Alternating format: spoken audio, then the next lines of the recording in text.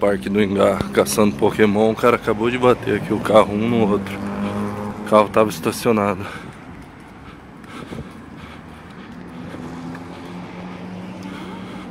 Batida forte, hein?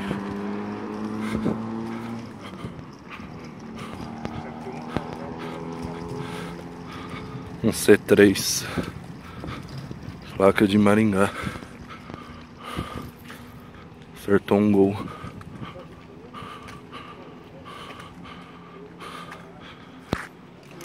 Foi agora.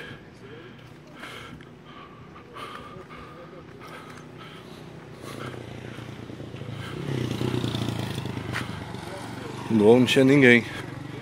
O cara provavelmente tá caçando Pokémon aí também. Caraca.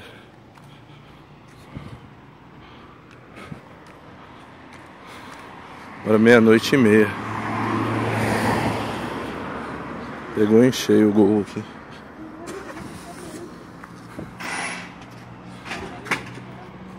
O carro não pega também, tem que esperar a polícia. Os dois placas de Maringá, API 7661 e a VW 2108.